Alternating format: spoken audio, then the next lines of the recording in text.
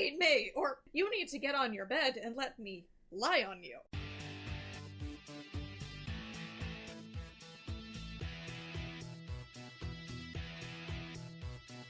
Hello, and welcome to the Afterspark podcast, an episode-by-episode recap of the Generation 1 Transformers cartoon.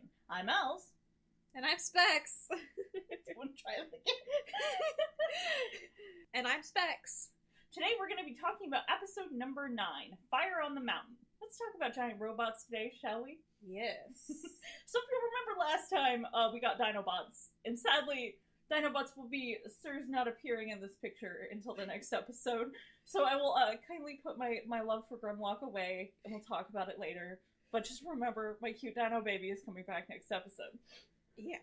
Alright, so today's episode opens with Brawn and Trailbreaker trailing, Thundercracker and Starscream.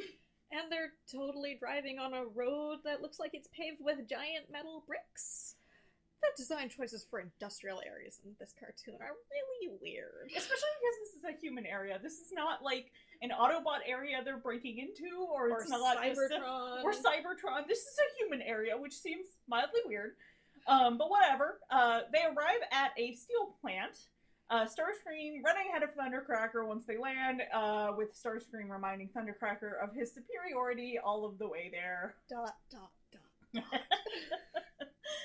And Thundercracker is basically just trying to bring up that, hey, the steel from this plant might not be quite up to snuff for the project the Decepticons need it for. And Starscream is completely ignoring him. Because of course he is. Starscream is Starscream, and Starscream is gonna do what Starscream wants. Yeah, and they're stealing steel. Oh my fucking pun. It's not even a good pun. Anyway, throughout this, we find out Starscream can apparently shoot missiles from his chest. Okay. Titty guns. We're supposed to keep all the innuendos till we get a Megatron gun. One psychedelic-looking explosion later, Thundercracker and Starscream fly off, leaving the Autobots buried under the wreckage. There's some surprisingly nice background painting here. I really like it. I believe you called it artfully destroyed while we were watching it. Yeah, that sounds about right. And Starscream said, "We're bringing the house down!" Oh, you punny bastard, you. So the Autobots dig themselves out of all the wreckage and they report back to the Ark. Not helping any of these people. There's this entire crowd of people wearing welding masks That we saw running from the Seekers. Like, they're not helping any of these people that just got exploded or had stuff dropped on their heads. I mean, yeah, we totally saw this entire crowd of people running away. They're fine! So, the Autobots get new toys today, back to the Ark. They now have satellites, or Sky Spies. Honestly, I'm really wondering what diplomatic hoops had to be jumped through for this. I mean, the Cold War was presumably still going on, or maybe the onset of the giant robot war put that on hold. I mean, can you imagine? Russia wouldn't have reacted very well to this. Like, I imagine that, like, Optimus would have had to do some serious smooth talking, like, we are neutral, we just want to keep the Decepticons in line, we're more than happy to help you guys too. I don't know how that would have worked, but he apparently did it, so Like, I don't think I've ever read anything where anyone's tackled this. I kind of want them to. Yeah, like, I know in a lot of more edgy, recent stuff, they tend to focus on that kind of thing a lot more.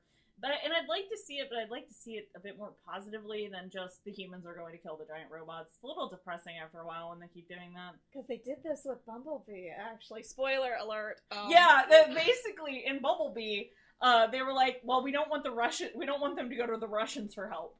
So they end up helping some of the robots that are not very nice robots, if you catch my drift. Mm-hmm. And it's like, they eventually realize that these robots are the bad guys. And John Cena's character is the voice of reason. They're called the Decepticons. Which is also kind of funny if you read the comics, because there's actually a legit reason they're called that. But more on that later. So, meanwhile, in South America, the Decepticons are standing in front of an Inca pyramid, and Soundwave is going on about some Incan legend being true. How did he research this? Did he call the library? Did he go to the library?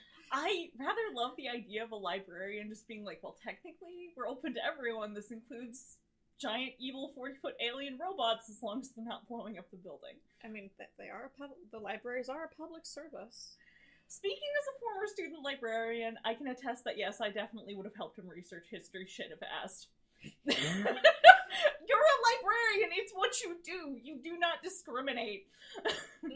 Like, yeah.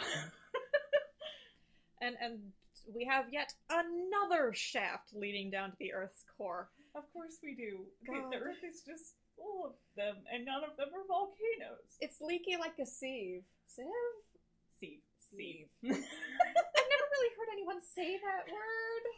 That is why I'm here. Yeah. Jesus, cartoon. They had one plot idea, and they said, if we use it again 2 episodes later, no one will notice. The kids will not notice. Well, honestly, probably no one did. I don't know. And so Megatron blasts the pyramid and does some impromptu remodeling. I mean, we're not sure how big this hole is. You can see all the robots through it, but it doesn't look big enough for them. Yeah, they might have had to crawl through, but it was still a pretty big hole. They're pretty tall. Yeah, and so he does this, and it's pissing off anthropologists, archaeologists, and indigenous peoples. And me! Stop destroying historical sites, you bastard. Trying to take over the world? Not a problem for us. Destroying history? Now that's a problem. Yeah. And for some reason, the tunnels and stairs in the pyramid happen to be perfectly sized for Megatron and Soundwave to walk down. It's like, okay. Aliens. And so we've got another freaking crystal. This one's called the Crystal of Power. He's really got a thing for crystals, doesn't he? He even calls it magnificent. Honestly, you should just get a pet rock. Honestly, Optimus just needs to put a ring on it, and maybe we wouldn't be having this problem. Oh my god. just get a giant ring with a giant rock, and I'm just saying, maybe that's what Megatron wants to do. He wants Optimus to recognize him and give him a giant fucking rock, okay? Oh god. Diplomatic gift. That is also a wedding present. Oh boy. Anyway, Megatron picks up the crystal, unleashing the fires of hell. This does absolutely nothing. They don't even utilize this weird column of energy that comes out of the hole that the crystal was plugging for energon cubes or anything. He apparently Max just wants his bling. Yeah, seriously. So we get another Starscream Megatron tiff. Megatron insinuating that the steel Starscream stole had better be strong enough for their big ass gun. So is he gonna test his metal? Huh? I'm not talking to you. Okay, and then Starscream shoves the crystal in their big damn gun thing, and the column of energy underground explodes or whatever or something. So I guess we stand corrected. It seems to be related to what they're doing on the roof of the temple, but I still don't understand how they're affecting each other. And Meg seems pretty happy? Question mark? With Screamer right now? Question mark? Question mark? Question mark? Yeah, it is a little strange. He does actually seem happy with him right now. Elsewhere, the Skyfire picks on this weird energy signal that's coming from the Decepticons and the ruins they're in. Laserbeak spots the Skyfire in orbit, and Megatron shoots it with his big fucking gun. And the thing is, Laserbeak isn't in orbit. Yeah, he's a good eyesight. He's a good burb. Yeah, he really does. And then some probably pretty terribly racist 80s stereotypes of Peruvian people talk about ancient gods returning. I would like to apologize. I don't really know how, it doesn't seem very respectful. We're both white, though, so I don't really know, but it's that kind of stereotypical, we're gonna talk about people from a different country, and they all have accents and seem kind of dumb. And it just doesn't seem very good. And it's just like, aliens? But with the scale of those stairs, it does kind of make you think, have Transformers been here before? Beast Wars! So, yes, maybe.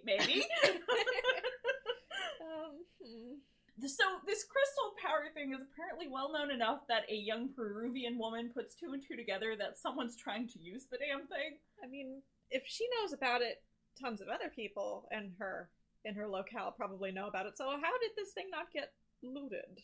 Well, it does unleash the literal fires of hell once moved. But that's true, but people get really dumb when giant rocks are involved, especially giant, shiny rocks. Anyway, I guess it's also completely fucking massive. Yeah, they may not be able to, like, perspective. get a machine in there to actually move it, and, like, one person probably couldn't move it. Oh, yeah, considering it takes... Megatron can pick the thing up in 2 hands, but it's, like, as big as my cat is to me. Right, which, it's not small. Compared to a human would be, like... I am not doing comparative math right now, I'm sorry. I would say a human shorter than Megatron's knee. Okay. Probably. So if Megatron was, like, a 6-foot human, a human would be less than a foot tall. Probably. Comparatively. Yeah, let's go with maybe 8 or 9 inches. Yeah. Basically, it's too big. Megatron espouses about having ultimate power and that it's all his. Starscream would like to cut in to remind him that communal property is a thing in a relationship and shit. And Thundercracker just looks like he really, really doesn't want to be here. He looks like, do you two ever bitch at each other in private where we don't have to deal with it? Kind of, yeah, like, he's just like, if you two are gonna do this, can you please do it elsewhere? We're trying to work here. So the steel frame for the BFG melted after Megatron fired it, and Megatron rightfully blames Starscream. His metal totally did not hold up, it seems. So Starscream blames Thundercracker, despite it literally being all Starscream's fault. And Thundercracker, poor scapegoat that he is, gets punched off the pyramid by Megatron, who then leaves Skywarp in charge. Skywarp is really happy about this. Megatron's literally leaving the least mature bot in charge, and yeah, Skywarp's just like, haha, you nerds. Listen, he's very happy to be in charge. Megatron and Soundwave and Reflector fly off to get more metal from a nearby mining town, which we had the discussion that it might not be very good quality. But, yeah, like, I am curious, like, at the time, if there was a metal refinery in Peru, like, would the metal from the U.S. have had been at a higher quality? I don't really know, like, my gut instinct is to say the U.S. metal would have been better, but that might just kind of be the bullshit we grew up with in the U.S., so yeah. I really don't know. So, meanwhile, Wheeljack and Sideswipe are now in the Arctic. Grave robbing! Sort of. So, remember Skyfire? Well, I'm convinced Wheeljack has only just now found out about the whole Skyfire thing from a few episodes ago and realized the poor guy's not dead, he just needs dug out. So, Wheeljack's got Sideswipe using his pile drivers to try to dig out Skyfire, who's been stuck in an iceberg thing. Like, Sideswipe breaks the ice, and then Skyfire just, like, fucking bobs up out of the water, like some sort of bobber that's been stuck under something, and then, I don't know, Wheeljack, like, shoots him with a gun that, like, partially melts him, and he asks a question, and Skyfire's just awake. He's apparently been awake for this, like, the last few episodes. Yeah, there's a reason I didn't try to write out how I was going to explain that, because it was too weird. It was too nuts. It's just weird. It's weird, and yeah, so Skyfire gets out, and he and Wheeljack and Sideswipe talk like they all know each other. Like, these three have literally never met until just this moment. Sideswipe nor Wheeljack were with the group that went to the Arctic a few episodes ago. I mean, I suppose it's conceivable that Skyfire and Wheeljack knew each other prior to Skyfire's, icy entombment back on Cybertron. I mean, he was a scientist, but I kinda doubt it. Maybe they knew each other by reputation, I don't know. Who knows? It still seemed like a kind of weird conversation. Yeah, and he's instantly made into the Autobot taxi, being sent back to the base to transport some Autobots. You know, to Peru. Well, glad you're awake. Get to work. Pretty much. Next we see him. Skyfire is chauffeuring Brawn and Windcharger down to South America. And Brawn thinks he and Windcharger can totally take on Megatron, Soundwave, and Reflector. You know, by themselves. Like idiots. He turns down Skyfire's offer to help with this confrontation. I've decided Brawn is definitely an idiot. He's just hard-headed, like, yeah. He's just hard-headed. And Brawn and Windcharger just, you know, totally bail out of Skyfire. They jump without parachutes. There's none of those handy-ass parachutes. None of the handy parachutes. And Brawn lands on Soundwave, calling him a dipstick tape deck. Now listen here, you ass. In this house, we respect Soundwave. And then Windcharger lands on Reflector, It's really like a Decepticon rodeo. Nobody lands on Megatron, though. He gives terrible piggyback rides. Once you're done, he shoots you. Yeah, he would. Yeah. And Brawn rides. ? Soundwave face first into a mountain. Brawn's officially on my shit list now. Yep, definitely on my fucking shit list. Megatron proceeds to shoot Brawn, who basically goes flying backwards, knocking down poor Soundwave, who was just getting back up. Like, again. Yeah. I feel bad for Soundwave. It's just the Soundwave gets beaten up episode. Seriously, fuck you, Brawn. Anyway, Windcharger calls Skyfire for a retreat because he's not a complete fucking moron. He's being chased by Laserbeak or someone? Yeah, so. Laserbeak is chasing Windcharger. That's what's happening. And Soundwave finally gets a shot in, repaying Brawn for his shenanigans. Yep. And Megs transforms into his alt mode, and Soundwave fires him off. To Soundwave's credit, he at least actually looks like he aims with Megatron's scope, but he still manages to miss every damn shot. So Skyfire eventually evacuates these two idiots mid-air when Windcharger in car mode runs into Brawn, who's in robot mode, and then ramps off a cliff with Brawn clinging to his windshield. It looks silly, but when doesn't it? We know what we're talking about. And it's the dreaded return of Astro Seconds. Which just makes me hate Brawn even more. So much groaning. So, back at the Ark, everybody is loading up into Skyfire after finding out there's a bunch of fucking Decepticons in Peru and one of them is Megatron. And Skyfire is just totally huge here. I mean, he's massive. He looks like, comparatively, he's like all the Autobots are human-sized, whereas he's Autobot-sized. Yeah, the scale looks kind of off. Optimus especially is super tiny, and I don't think he's quite that tiny. It's just really off. It's super off. Regardless, once in Peru, Optimus pats Skyfire on the nose cone, kind of like a horse, as a thank you. Well, Skyfire is friend-shaped, so... He is friend-shaped. Skyfire drops everyone off, and then flies off by himself to investigate the ruins that the Decepticons have been creating shenanigans in. Well, he hasn't had an opportunity to do science or whatever in forever. He just wants to do some hands-on anthropology. At least it's more in vain with the fighting. I can't really blame him. Yeah. So, Decepticons are attacking some sort of metal refinery, stealing additional, well, steel. The Autobots show up, and Optimus fucking Prime rams into Megatron as a semi, throwing him through a wall. That was pretty great, actually. It was a very entertaining scene. Brawn proceeds to steal Megatron's fusion cannon. And then does this great magical girl-esque transformation, twirling around and ending up with the fusion cannon on his shoulder. Megatron gets beamed in the chest by his own fusion cannon, and Brawn gets knocked on his ass from the kickback. Yep. And Laserbeak is a good burb, and who takes this opportunity to return the fusion cannon to Megatron. Megatron tries to blast Brawn, but, you know, he misses. You realize Brawn is one of the only ones who's actually hit another bot with a gunshot in this goddamn episode. Yeah. Fuck that shit. The shot hits something else and explodes. The young woman we saw earlier is here for some reason, and Spike pulls her into Bumblebee to get her away from the explosion. They drive off. And the falling debris, because he was, I don't know, the shot, like, took out this... It caused a big explosion, and so there was stuff coming down from the sky, too. Yeah. So, note, the young woman's name is Louisa. We don't ever actually hear it in the episode, but I'm kind of tired of calling her young Peruvian woman. And we'll never see her in another episode, so... Sorry, Louisa. You deserve better. Yep. And time number 55, that poor Bumblebee's been chased by Laserbeak. Yeah. Blue Streak's apparently allowed to hit someone today, too, as he blasts Laserbeak. I would like to officially request that Soundwave and his cassettes get some vacation after this debacle. And Megatron calls Skyforge... Skyforge? My name is Skyforge! Not actually a bad name. It isn't, actually. Megatron calls in Skywarp as a backup. Starscream is livid at being left to nursemaid the big glowy crystal and the gun. The humans and Bumblebee enter the temple as Soundwave sends Ravage in after them.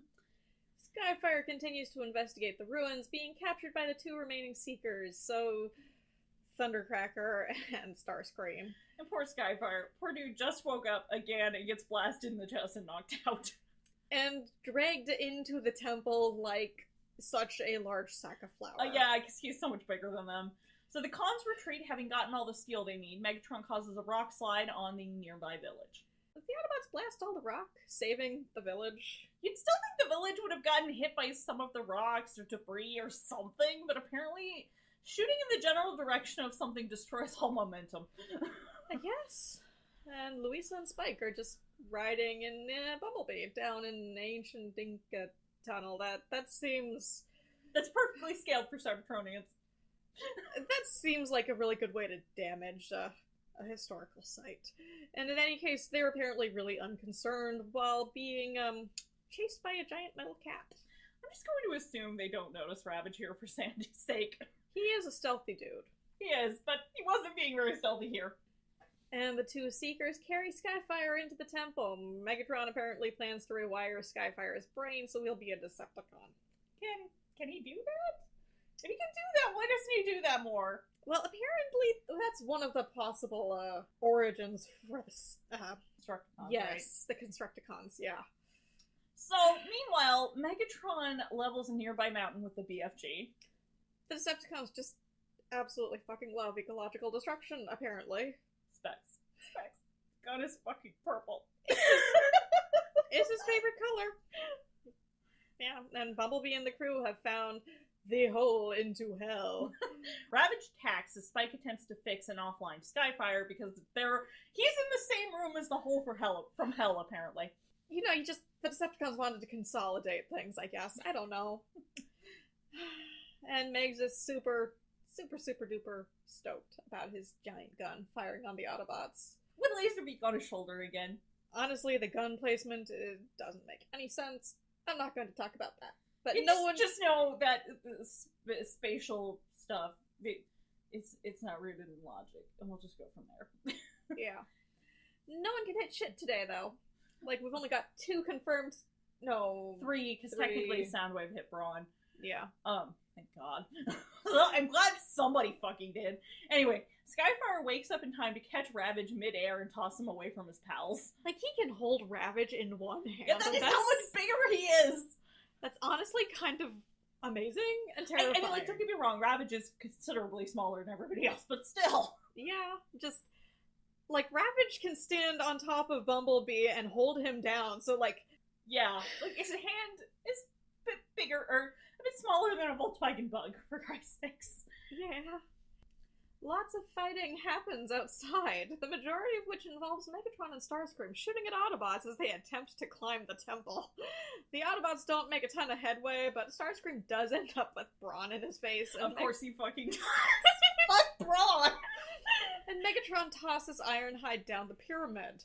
Optimus makes a surprisingly graceful catch. It's really graceful. So Skyfire shoots the BFG, destroying it, and unleashing the literal fires of hell.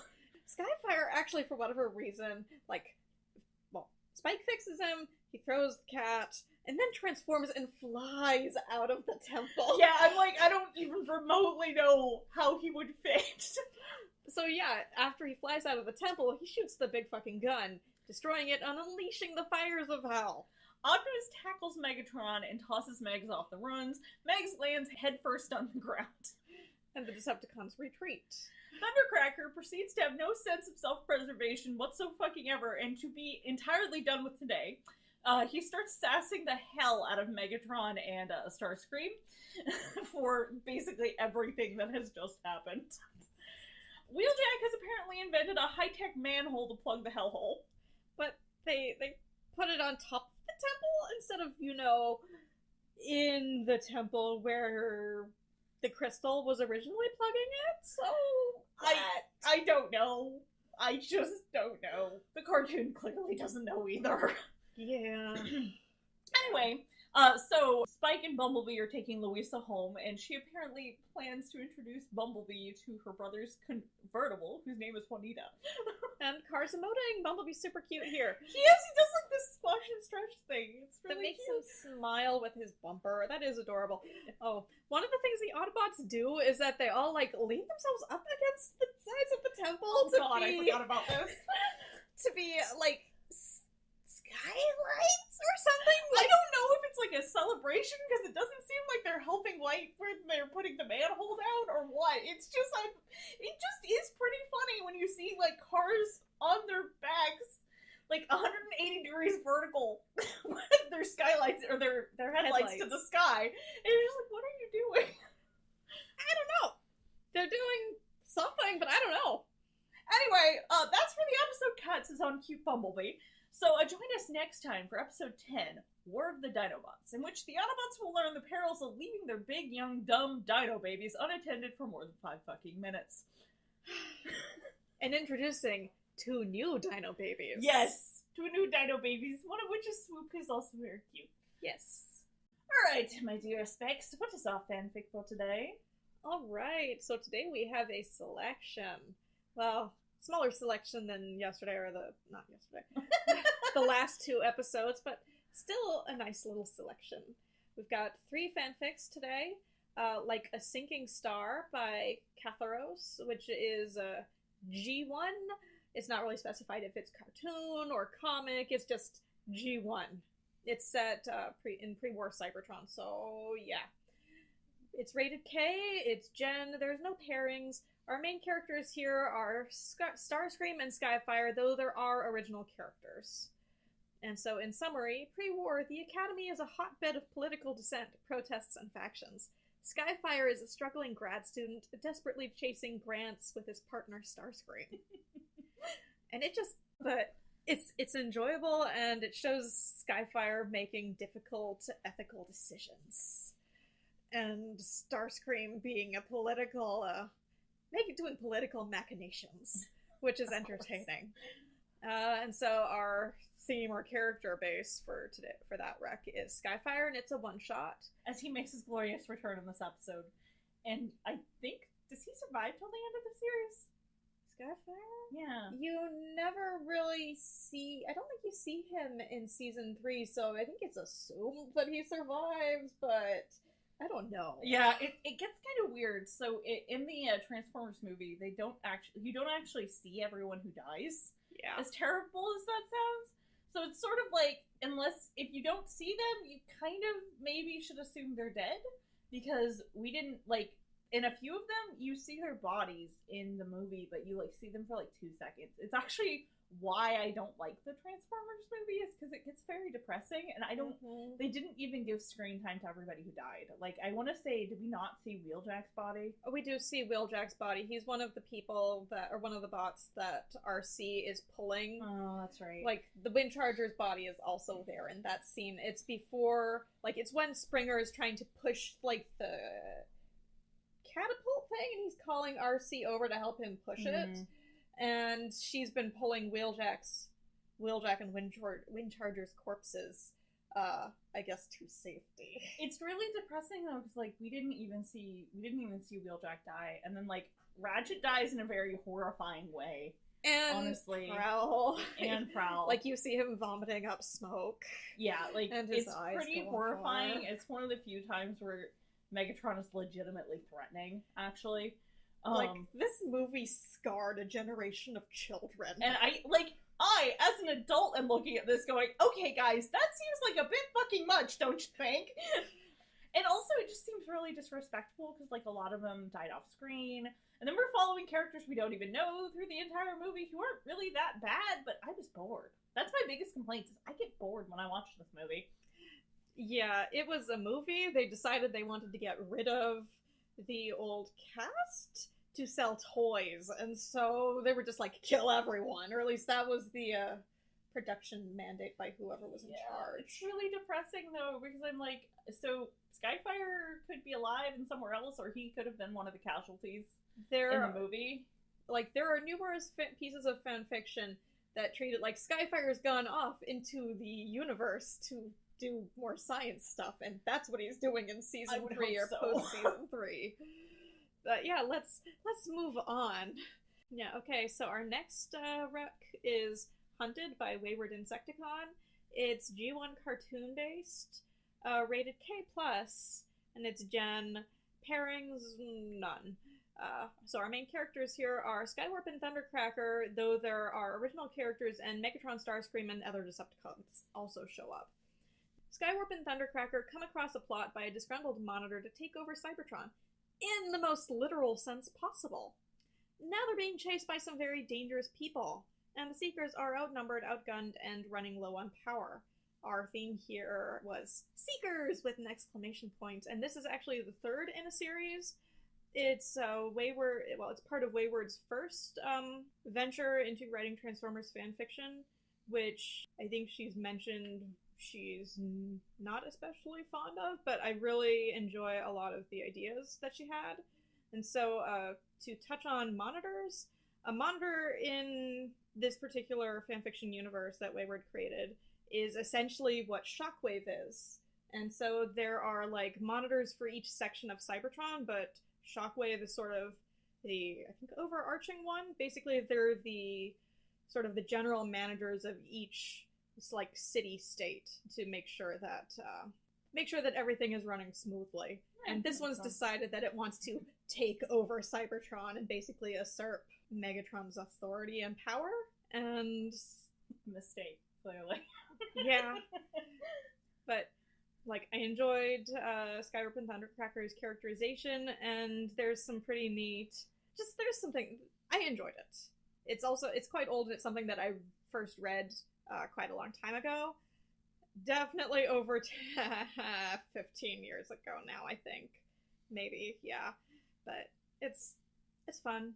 I enjoyed it. I am definitely recommending it to you, dear listeners.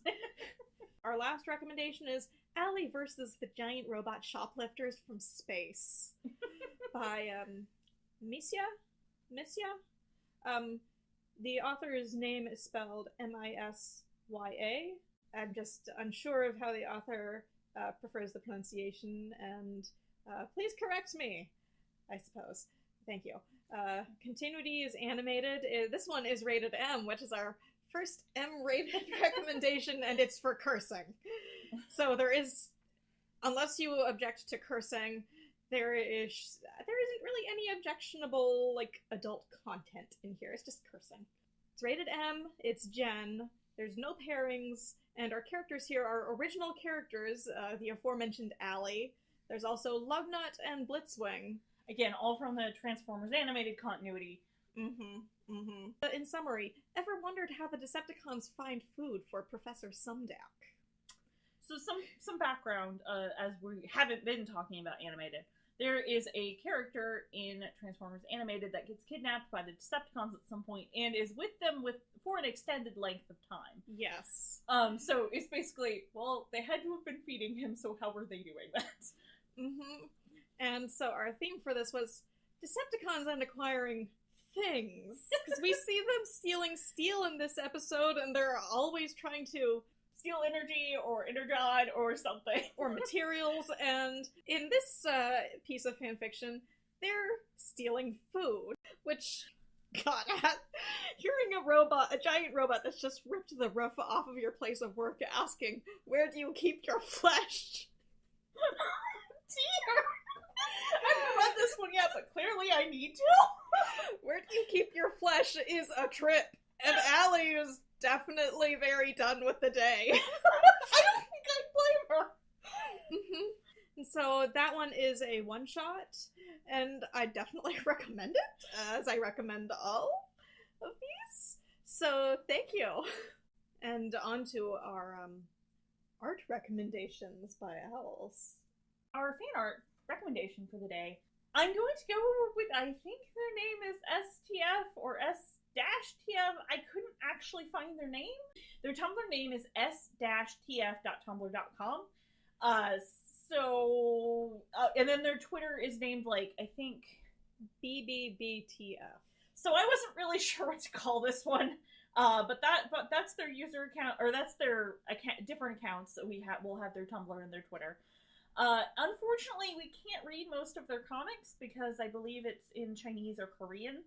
But their art is really pretty. There's this one series they did in particular that I really like with characters from the IDW comics accompanied by quotes they said. And we will be reblogging a post that has a bunch of those, and that is what we will be linking to.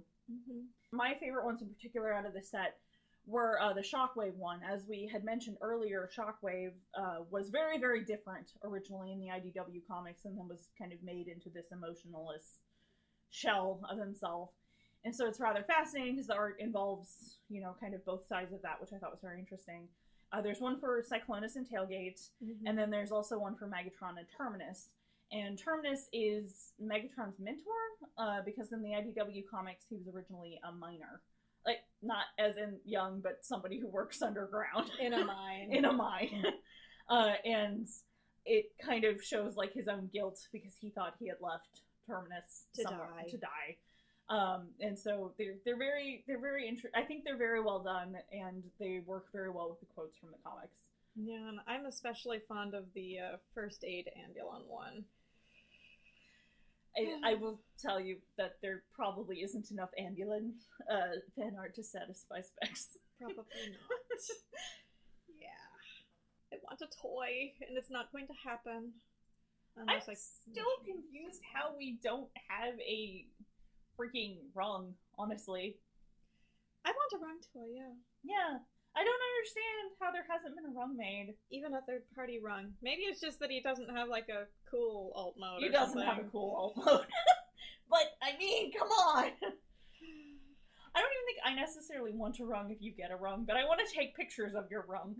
Well, I mean, we were already planning on doing the thing where when you get your Wheeljack, I bring my Ratchet Oh down, yeah, we're gonna make the robots kiss. Well, maybe in the future. There's always new third-party toys coming out. Don't I know it? Yeah. Goodbye, money. And that just about wraps it up for us today. Remember to check out our Tumblr at afterspark-podcast.tumblr.com for any additional information, show notes, or links we may have mentioned.